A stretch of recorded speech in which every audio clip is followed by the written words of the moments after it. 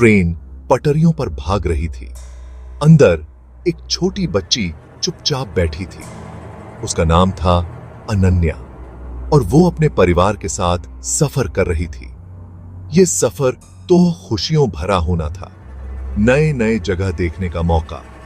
लेकिन ये सफर एक बुरा सपना बन गया।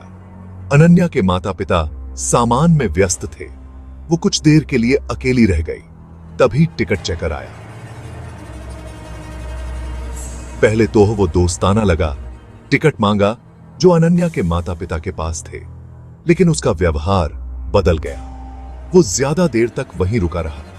उसकी नजर अनन्या को बेकरार कर रही थी।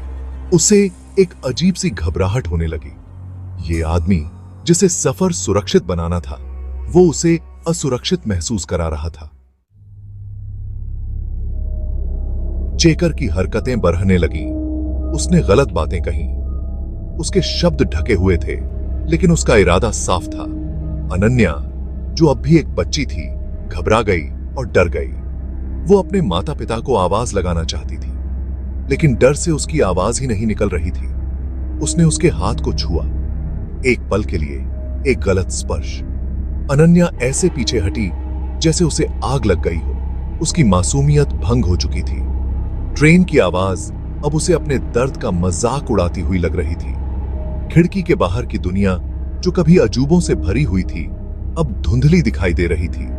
अनन्या के माता पिता वापस आ गए। उन्हें अपनी बेटी की परेशानी का एहसास हुआ। उसका रोता हुआ चेहरा सब कुछ बयां कर रहा था। शुक्र वो दहशत में आ गए। उनकी छोटी सी बच्ची के साथ अकल्पनीय घटना घटी थी, एक ट्रेन के सफर में, जहां उन्हें लगता था कि वो सुरक्षित है।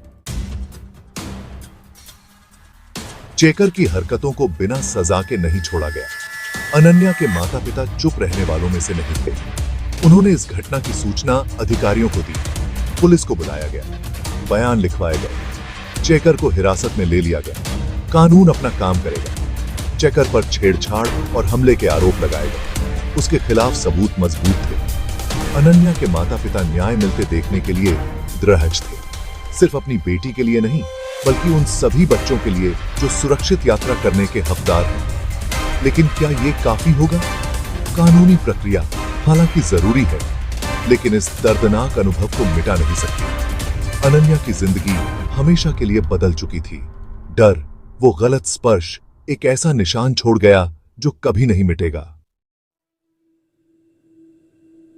इस घटना ने रेलवे प्रशासन को हिलाकर रख दिया। उनकी अपने यात्रियों के प्रति जिम्मेदारी थी। अनन्या जैसी छोटी बच्चियों की सुरक्षा सबसे ज्यादा जरूरी थी। उन्हें कुछ करना ही था। अपने सिस्टम में फिर से लोगों का भरोसा जगाना था। सिक्योरिटी को और मजबूत किया गया। डिब्बों में सीसीटीवी कैमरे लगाए गए, हेल्पलाइन नंबर शुरू किए गए, कर्मचारियों को ट्रेनिंग दी गई। ये सब अच्छे कदम थे, लेकिन क्या ये काफी था? इस घटना ने एक बड़ी समस्या को उजागर किया। एक ऐसी संस्कृति जहां इस तरह की हरकतों को चलने दिया जाता है, यहां तक कि अनदेखा भी किया जाता है।